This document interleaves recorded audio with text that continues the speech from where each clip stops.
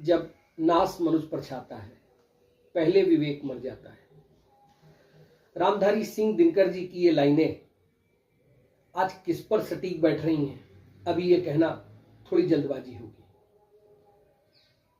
सरकार द्वारा लाए हुए यूजीसी एक्ट के कारण जो एक असंतोष सवर्णों में पैदा हो रहा है, तो ये लाइनें सरकार पर सही फिट हो रही हैं कि उसका विवेक नष्ट हो गया है, या सवर्ण इस चीज को पूरी तौर से समझने में नाकामयाब है, तो क्या ये लाइनें उस पर पूरी तौर पर फिट हो रही हैं। सारी ही बातों को अगर बहुत ध्यान से देखा जाए तो भाजपा ने एक शब्द, मोदी सरकार ने, हमारे माननीय प्रधानमंत्री जी ने एक बात कही थी कभी कि विपक्ष और कुछ लोग एक प्रयोग कर रहे हैं।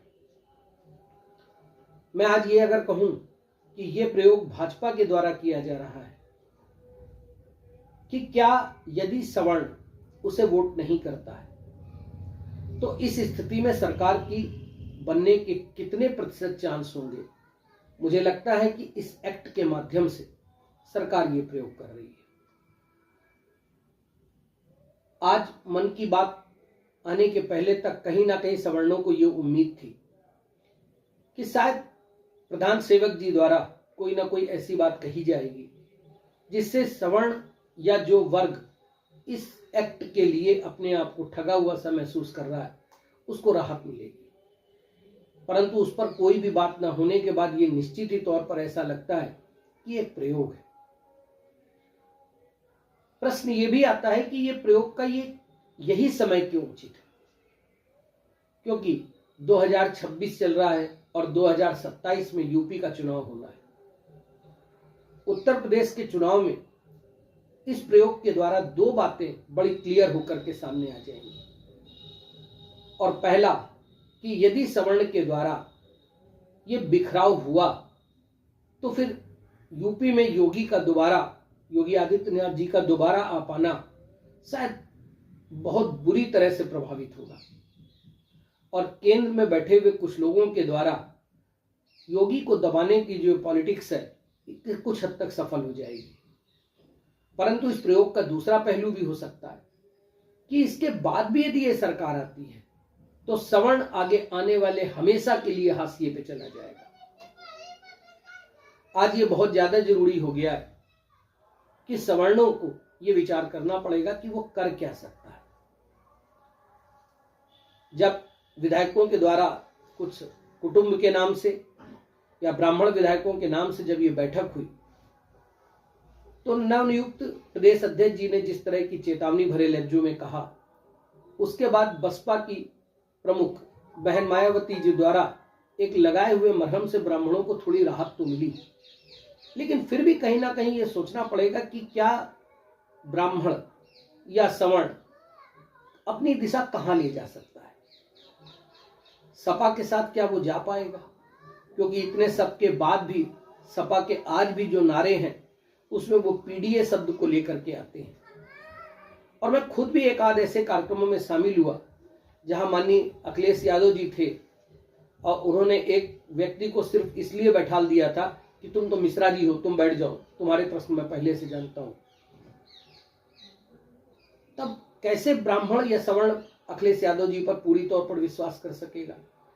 इसके लिए उन्हें कुछ ना कुछ ऐसा करना पड़ेगा जिससे ये विश्वास वो अर्जित कर सके। दूसरी बात रह जाती है कांग्रेस की। सवर्ण क्या कांग्रेस की तरफ झुकाव ला सकेगा? राहुल गांधी जी पर क्या वो पूरी तौर पर विश्वास कर सकेगा? तब बहन मायावती जी पर और भाजपा, ये दो ही विकल्प उसके पास बचते हैं। और शायद इसी कारण से ये प्रयोग भाजपा के द्वारा किया जा रहा है कि ये जाएगा कहां। हम सब लोगों ने कभी ना कभी अपनी स्टूडेंट लाइफ में कैंपस की लाइफ गुजारी होगी। कैंपस के झगड़े दो प्रकार के होते थे, एक हॉस्टलर लड़का और दूसरा लोकल बच्चा।